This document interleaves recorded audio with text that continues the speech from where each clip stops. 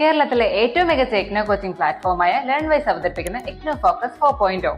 Learnwise academic research ടീമിന്റെ നേതൃത്വത്തിൽ IGNOU previous year question paper ultimate analysis 4.0യിലൂടെ ഇഗ്നോ ഡിഗ്രി PG പ്രോഗ്രാമുകളുടെ previous year question paper machine learning algorithms ഉപയോഗപ്പെടുത്തി വളരെ കോംപ്രിഹെൻസീവായ രീതിയിൽ അനലൈസ് ചെയ്ത് നിങ്ങളുടെ മുന്നിലേക്ക് എത്തിക്കുന്നു. ഇഗ്നോ ഫോക്കസിന്റെ ഭാഗമായിട്ടുള്ള മുൻകാല ചോദ്യ പേപ്പറുകളുടെ ഡീറ്റെയിൽഡ് അനാലിസിസും പ്രഡിക്റ്റീവ് ക്വസ്റ്റ്യൻ പേപ്പേഴ്സിന്റെ മോഡൽ ആൻസേഴ്സും അടങ്ങിയ PDF ഫയലുകൾ ലേൺവൈസിന്റെ ആപ്പിൽ അതാത് കോഴ്സുകളിൽ ലഭ്യമാണ്. ലേൺവൈസിന്റെ പ്രോഗ്രാമുകളെ കുറിച്ച് കൂടുതൽ അറിയാൻ വീഡിയോയുടെ ഡിസ്ക്രിപ്ഷൻ ബോക്സ് സന്ദർശിക്കുക. അവിടെ കാണുന്ന നമ്പറിൽ വാട്സ്ആപ്പ് വഴിയോ കോൾ വഴിയോ എത്രയും പെട്ടെന്ന് ബന്ധപ്പെടുക. 75 92 93 96 16 എന്നതാണ് നമ്പർ. ഒന്നുകൂടെ പറയാം, 75 92 93 96 16.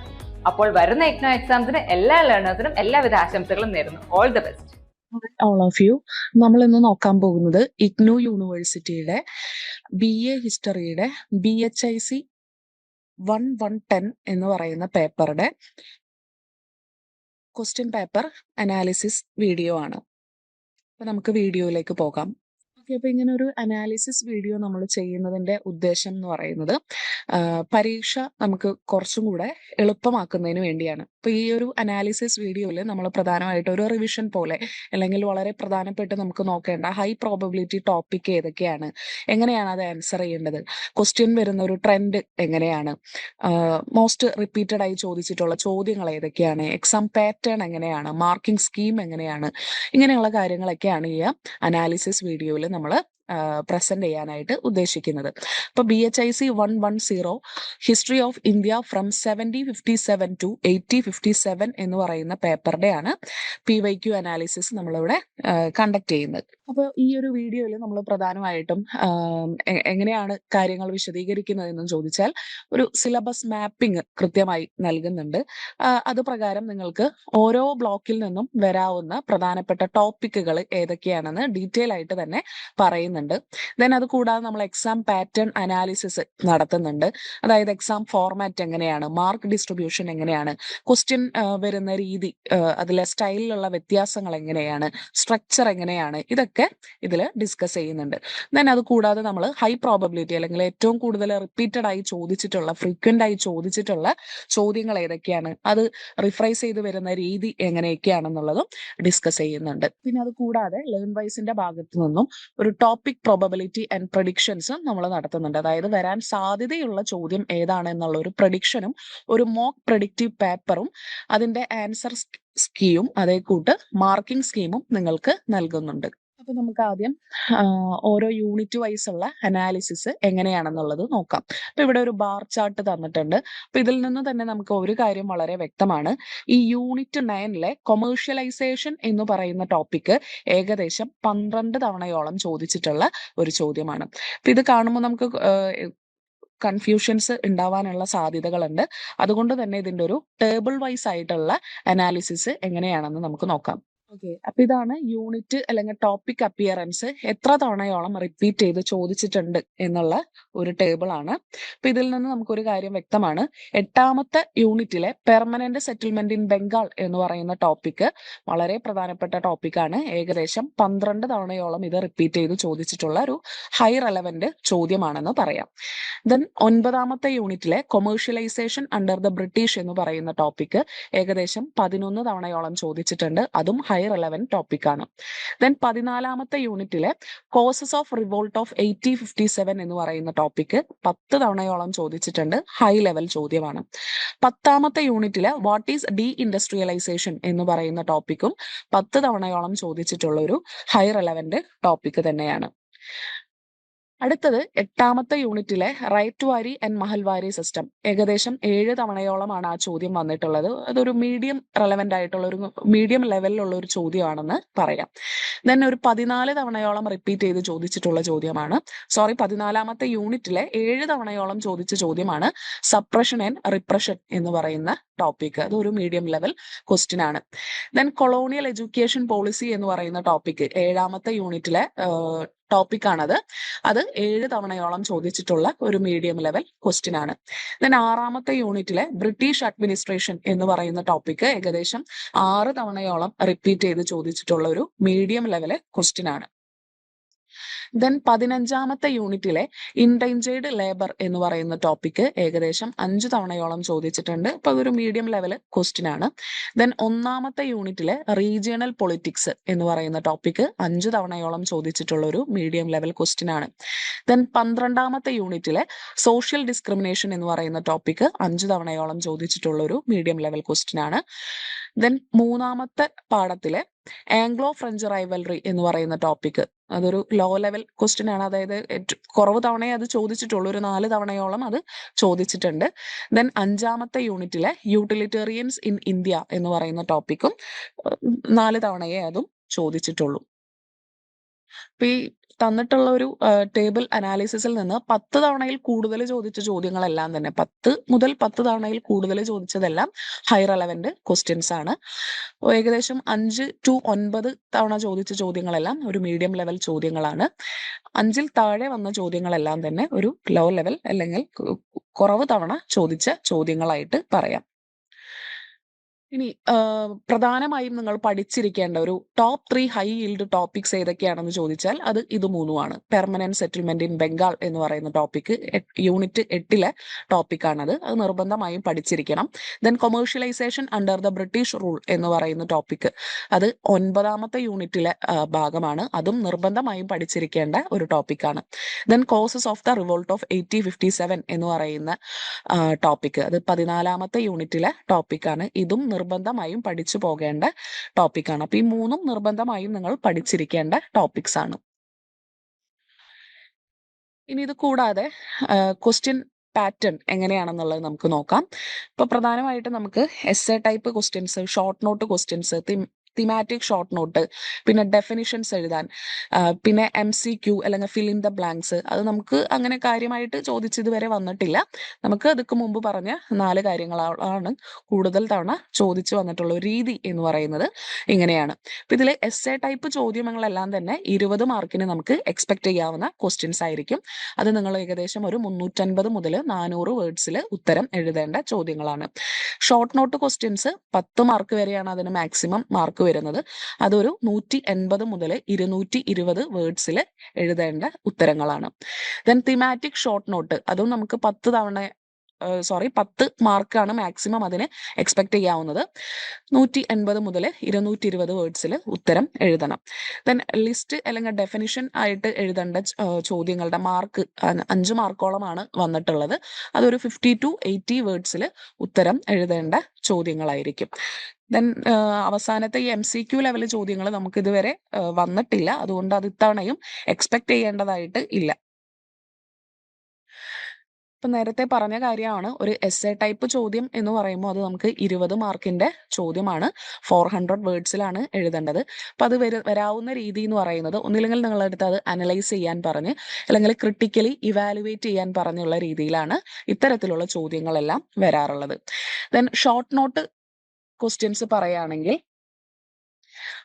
10 മാർക്കിന്റെ ചോദ്യങ്ങളായിട്ടാണ് ഇത് വരുന്നത്. 200 വേർഡ്സിലാണ് ഉത്തരം എഴുതേണ്ടത്. അപ്പൊ കൂടുതലായിട്ട് അതിന്റെ സിഗ്നിഫിക്കൻസ്, ബാക്ക്ഗ്രൗണ്ട്, ഡെഫിനിഷൻസ് ഇങ്ങനെയുള്ള കാര്യങ്ങളാണ് ഇത്തരം ഉത്തരങ്ങളിൽ നിങ്ങൾ ഹൈലൈറ്റ് ചെയ്ത് പോകേണ്ടത്. അത് ബ്രീഫ്ലി എക്സ്പ്ലെയിൻ അല്ലെങ്കിൽ റൈറ്റ് എ ഷോർട്ട് നോട്ട് എന്നൊക്കെ തുടങ്ങിയായിരിക്കും ഇത്തരത്തിലുള്ള ചോദ്യങ്ങൾ ചോദിക്കുന്നത്. ദെൻ തിമാറ്റിക് ഷോർട്ട് നോട്ട്സ് ഇതും നമുക്ക് 10 മാർക്കിന് എക്സ്പെക്ട് ചെയ്യാവുന്ന ക്വസ്റ്റ്യൻസ് ആയിരിക്കും. ഏകദേശം 180 to 220 വേർഡ്സിലാണ് ഉത്തരങ്ങൾ എഴുതേണ്ടത്. ദെൻ ഡെഫിനിഷൻസ് ഇത് നമുക്ക് 5 മാർക്ക് ചോദ്യമായിട്ടാണ് എക്സ്പെക്ട് ചെയ്യാവുന്നത്. അത് കൃത്യമായിട്ട് ഡെഫിനിഷൻ ഡിഫൈൻ ചെയ്യാനായിരിക്കും എഴുതാനായിട്ട് ഉണ്ടാവുക. 50 to 80 വേർഡ്സിലാണ് ഇതിന്റെ ഉത്തരങ്ങൾ എഴുതേണ്ടത്. ഇനി മാർക്ക് ഡിസ്ട്രിബ്യൂഷൻ, ഓരോ ബ്ലോക്കിന്റെയും യൂണിറ്റിന്റെയും മാർക്ക് ഡിസ്ട്രിബ്യൂഷൻ എത്തരത്തിലാണെന്നുള്ളത് നമുക്ക് നോക്കാം.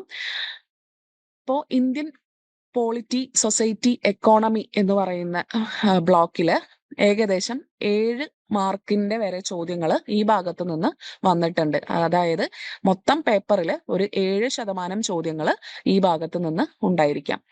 ദെൻ മെർക്കന്റൈൽ പോളിസീസ്, ട്രേഡ് എന്ന് പറയുന്ന ടോപ്പിക് അത് 8 മാർക്കോളം വന്നിട്ടുണ്ട്. ദെൻ കൊളോണിയൽ ബംഗാൾ, പഞ്ചാബ് എന്ന് പറയുന്ന ടോപ്പിക് 6 മാർക്കിന്റെ ചോദ്യമായിട്ട് നമുക്ക് എക്സ്പെക്ട് ചെയ്യാം. ദാറ്റ് മീൻസ് 6 മാർക്കാണ് അതിന് മാക്സിമം വരാവുന്നത്. ദെൻ മൈസൂർ മറാത്താസ് എന്ന് പറയുന്ന ടോപ്പിക് ഏകദേശം 6 മാർക്കിന് നമുക്ക് എക്സ്പെക്ട് ചെയ്യാം. ദെൻ ഇമ്പീരിയൽ ഐഡിയോളജീസ് എന്ന് പറയുന്ന ടോപ്പിക് 8 മാർക്കിന് എക്സ്പെക്ട് ചെയ്യാം. ദെൻ അഡ്മിനിസ്ട്രേഷൻ ആൻഡ് ലോ എന്ന് പറയുന്ന ടോപ്പിക് 7 മാർക്കിന് എക്സ്പെക്ട് ചെയ്യാം. ഇംഗ്ലീഷ് എഡ്യൂക്കേഷൻ എന്ന് പറയുന്ന ടോപ്പിക് 7 മാർക്കിന്റെ ചോദ്യമായിട്ട് എക്സ്പെക്ട് ചെയ്യാം. ലാൻഡ് സെറ്റിൽമെന്റ്സ് വളരെ പ്രധാനപ്പെട്ട ടോപ്പിക്കാണ്. 10 മാർക്ക് ചോദ്യത്തിന് നമുക്ക് എക്സ്പെക്ട് ചെയ്യാവുന്ന ചോദ്യമാണ്. ദെൻ കൊമേഴ്ഷ്യലൈസേഷൻ ഓഫ് അഗ്രികൾച്ചർ, അതും വളരെ പ്രധാനപ്പെട്ട ടോപ്പിക്കാണ്. 12 മാർക്ക് ചോദ്യമായിട്ടൊക്കെ നമുക്കത് എക്സ്പെക്ട് ചെയ്യാം.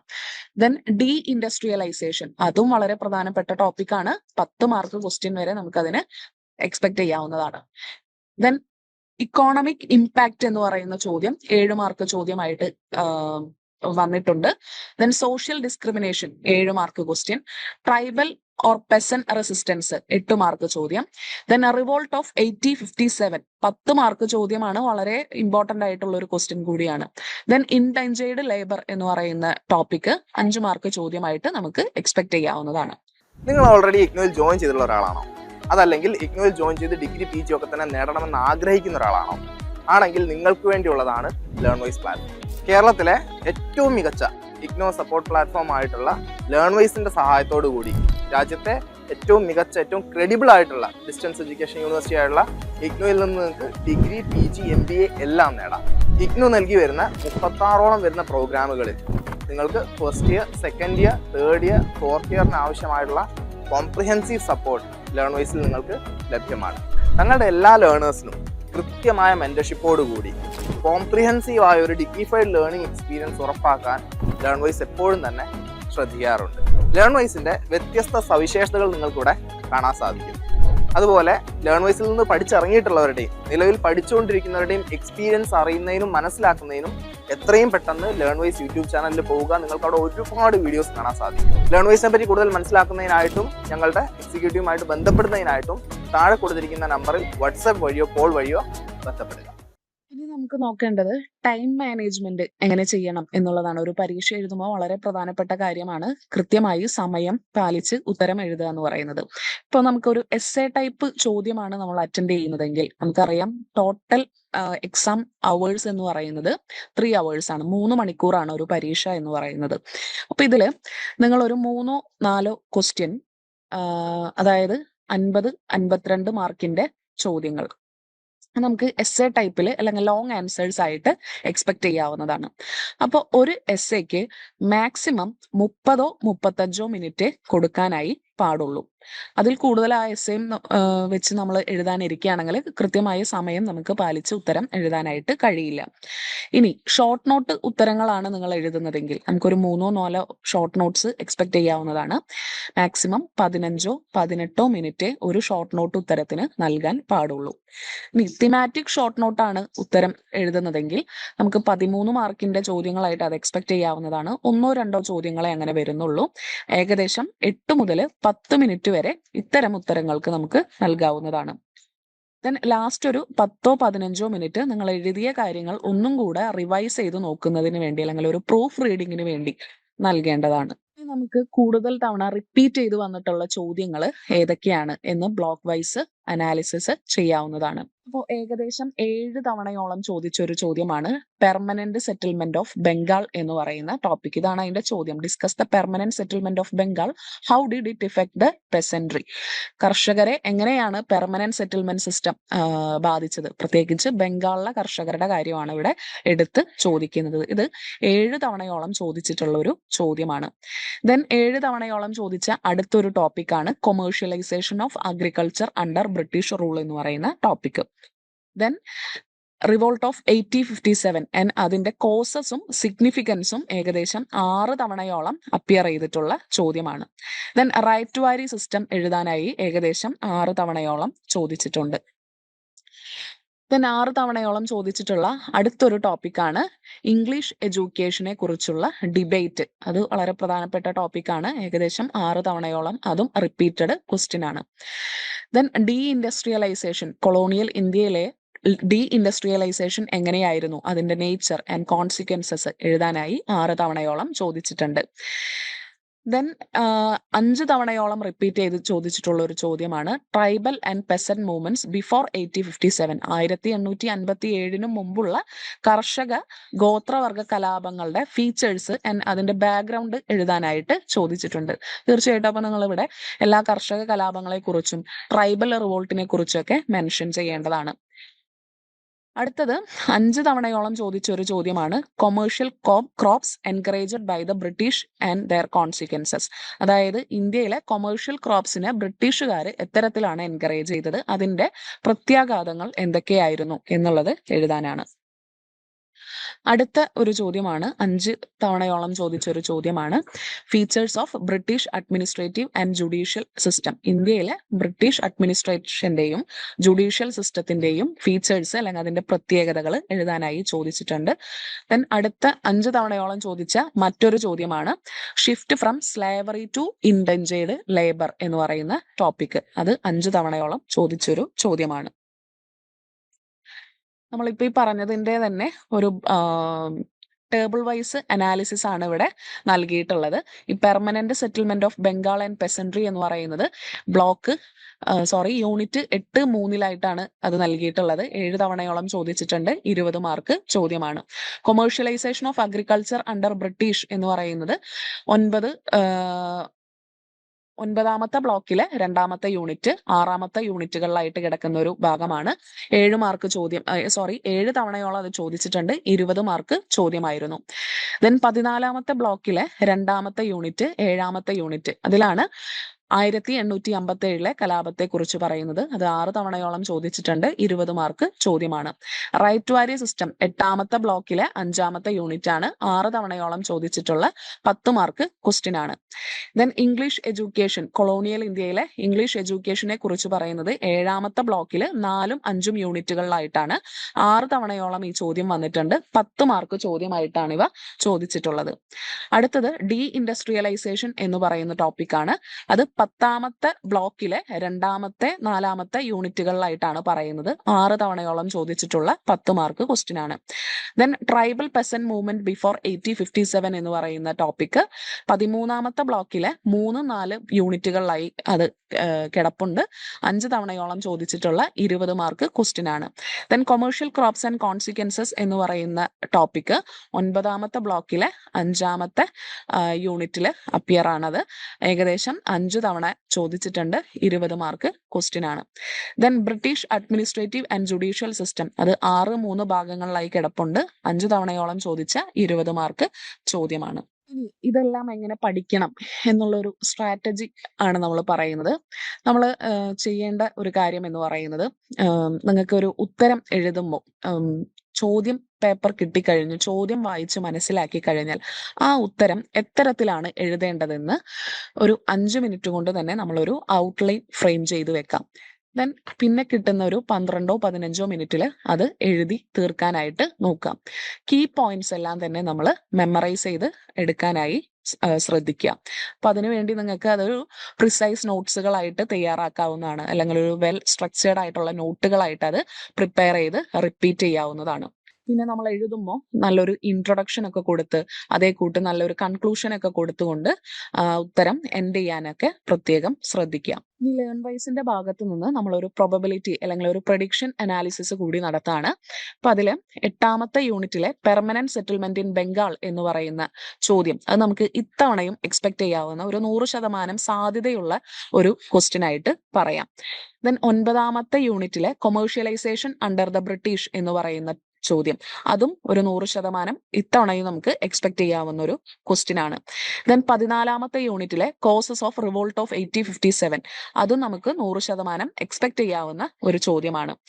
ദെൻ 10ാമത്തെ യൂണിറ്റിലെ ഡി ഇൻഡസ്ട്രിയലൈസേഷൻ എന്ന് പറയുന്ന ടോപ്പിക് ഇത് നമുക്കൊരു 83% എക്സ്പെക്ട് ചെയ്യാവുന്ന ഒരു ക്വസ്റ്റ്യൻ ആണ്. ഇപ്പൊ ഈ പ്രധാനപ്പെട്ട ടോപ്പിക്കുകളെങ്കിലും കൃത്യമായി പഠിച്ച് പോകുക. പിന്നെ റൈറ്റ് ടു വാരി ആൻഡ് മഹൽവാരി സിസ്റ്റം അത് നമുക്കൊരു 67% എക്സ്പെക്ട് ചെയ്യാവുന്നതാണ്. ദെൻ സപ്രഷൻ റിപ്രഷൻ ഓഫ് 1857 അതും നമുക്ക് 67% എക്സ്പെക്ടേഷൻ ആണ് പറയുന്നത്. കൊളോണിയൽ എഡ്യൂക്കേഷൻ പോളിസി 67% എക്സ്പെക്ടേഷൻ പറയുന്നുണ്ട്. British administration or judicial system, അത് നമുക്കൊരു 50% എക്സ്പെക്ടേഷൻ പറയുന്നുണ്ട്. ദെൻ ഇൻഡേഞ്ചേർഡ് ലേബർ എന്ന് പറയുന്ന ടോപ്പിക്ക് 33% എക്സ്പെക്ടേഷൻ ആണ്. അതൊരു ലോ ലെവൽ ക്വസ്റ്റ്യൻ ആയിട്ട് എടുക്കാവുന്നതാണ്. എന്ന് കരുതി നമ്മളത് പഠിക്കാതിരിക്കണം എന്ന് അർത്ഥമില്ല. നെക്സ്റ്റ് സോഷ്യൽ ഡിസ്ക്രിമിനേഷൻ എന്ന് പറയുന്ന ടോപ്പിക്ക് 33% എക്സ്പെക്ടേഷൻ ആണ് പറയുന്നത്.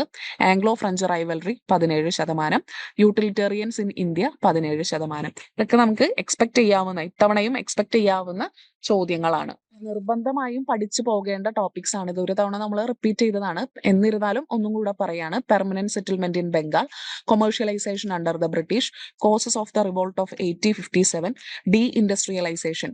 ഈ 4 ടോപ്പിക്കും വളരെ പ്രധാനപ്പെട്ട ടോപ്പിക്കാണ്. അത് ഹൈ റെലവെന്റ് ആയിട്ട് നമുക്ക് എക്സ്പെക്ട് ചെയ്യാവുന്ന ചോദ്യങ്ങളാണ്. നിർബന്ധമായും പഠിച്ചിരിക്കേണ്ട ക്വസ്റ്റ്യൻസ് ആണ്. ലേൺ വൈസിന്റെ ഭാഗത്തു നിന്നുള്ള ഒരു പ്രഡിക്റ്റീവ് ക്വസ്റ്റ്യൻ പേപ്പർ ആണ് നൽകിയിട്ടുള്ളത്. തീർച്ചയായിട്ടും നിങ്ങളുടെ ഇഗ്നു പരീക്ഷയുടെ അതേ മോഡലിലുള്ള ഒരു ചോദ്യ പേപ്പറാണ് നമ്മളിവിടെ തയ്യാറാക്കിയിട്ടുള്ളത്. നമുക്ക് ചോദ്യങ്ങൾ നോക്കാം. ഒന്നാമത്തെ ചോദ്യം പെർമനന്റ് സെറ്റിൽമെന്റ് ബേസ് ചെയ്തിട്ടുള്ള 20 മാർക്ക് ക്വസ്റ്റ്യൻ ആണ്. രണ്ടാമത്തെ ചോദ്യം 20 മാർക്ക് ചോദ്യമാണ്. കൊമേഴ്ഷ്യലൈസേഷൻ ഓഫ് അഗ്രികൾച്ചർ എന്ന് പറയുന്ന യൂണിറ്റിനകത്ത് നിന്നുള്ള ക്വസ്റ്റ്യൻ ആണ്. മൂന്നാമത്തെ ക്വസ്റ്റ്യൻ ബ്രിട്ടീഷ് അഡ്മിനിസ്ട്രേഷനുമായി ബന്ധപ്പെട്ടുകൊണ്ടുള്ള ചോദ്യമാണ്. അഡ്മിനിസ്ട്രേഷൻ ആൻഡ് ലോ എന്ന് പറയുന്ന യൂണിറ്റിൽ നിന്നുള്ള ചോദ്യമാണ്. 20 മാർക്ക് ക്വസ്റ്റ്യൻ ആണത്. നാലാമത്തെ ചോദ്യമായിട്ട് നൽകിയിട്ടുള്ളത് ഇൻഡസ്ട്രിയലൈസേഷൻ, ഡി ഇൻഡസ്ട്രിയലൈസേഷനുമായി ബന്ധപ്പെട്ടുകൊണ്ടുള്ള ചോദ്യമാണ്. അതും 20 മാർക്ക്, 10 മാർക്ക് ഷോർട്ട് എസ്സേ ആയിട്ടാണ് അത് നൽകിയിട്ടുള്ളത്. സെക്ഷൻ ബിയിൽ നിന്ന് ആദ്യത്തെ ചോദ്യം, 5ാമത്തെ ക്വസ്റ്റ്യൻ, കോസസ് ഓഫ് 1857, 20 മാർക്ക് ചോദ്യം. ദെൻ സപ്രഷൻ ഓർ ആഫ്റ്റർമാത്ത് ഓഫ് 1857, അതും 20 മാർക്ക് ചോദ്യമായിട്ടാണ് നൽകിയിട്ടുള്ളത്. തീർച്ചയായിട്ടും നിങ്ങൾ ഇത്തരത്തിലുള്ള ചോദ്യങ്ങൾ പ്രാക്ടീസ് ചെയ്തു പോകുക. ദെൻ ട്രൈബൽ ആൻഡ് പെസന്റ് റെസിസ്റ്റന്റുമായി ബന്ധപ്പെട്ടുകൊണ്ടുള്ളതാണ് 7ാമത്തെ ചോദ്യം, 20 മാർക്ക് ക്വസ്റ്റ്യൻ ആണ്. 8ാമത്തെ ചോദ്യം വരുന്നത് കൊമേഴ്ഷ്യലൈസേഷനുമായി ബന്ധപ്പെട്ടുകൊണ്ടുള്ള മറ്റൊരു ചോദ്യമാണ്. 20 മാർക്ക് ക്വസ്റ്റ്യൻ ആയിട്ട് ഷോർട്ട് നോട്ട് ആൻസേഴ്സ് ആണ് ഇവിടെ എക്സ്പെക്ട് ചെയ്യുന്നത്. അതായത് ഓരോ ചോദ്യവും നിങ്ങൾ 200 വേർഡ്സിലാണ് ഉത്തരം എഴുതേണ്ടത്. ഒരു ചോദ്യം 10 മാർക്ക്. ഇപ്പൊ എ എന്ന് പറയുന്ന ഭാഗത്ത് ഇൻഡിഗോ കൾട്ടിവേഷനെ കുറിച്ചാണ്, അതിന്റെ സോഷ്യോ എക്കണോമിക് ഇഫക്ട്സ് ആണ് ചോദിക്കുന്നത്. ഇതാണ് നിങ്ങൾ എഴുതുന്നതെങ്കിൽ 10 മാർക്കിന് എഴുതാവുന്ന രീതിയിൽ, അതായത് 200 വേർഡ്സിലാണ് ഈ ഉത്തരം എഴുതേണ്ടത്. Then social discrimination in colonial India എന്ന് പറയുന്നതാണ് ബി ക്വസ്റ്റ്യൻ ആയി നൽകിയിട്ടുള്ളത്. ഇതും 10 മാർക്കിനാണ് എഴുതേണ്ടത്. ഇപ്പൊ എയും ബിയും ആണ് എഴുതുന്നതെങ്കിൽ ഓരോന്നും 10 മാർക്ക് എന്ന നിലയ്ക്കാണ് ഉത്തരങ്ങൾ എഴുതി പോകേണ്ടത്. അപ്പൊ തീർച്ചയായിട്ടും ഈ ചോദ്യ പേപ്പർ നിങ്ങൾ ആൻസർ ചെയ്യും എന്ന് കരുതുന്നു. തീർച്ചയായിട്ടും അത് ആൻസർ ചെയ്ത് നോക്കുക. നമ്മുടെ ഒരു പഠന നിലവാരം എത്തരത്തിലാണെന്ന് നമുക്ക് തന്നെ സ്വയം അസസ് ചെയ്യാനായിട്ട് അത് ഹെൽപ്പ് ചെയ്യും. Thank you.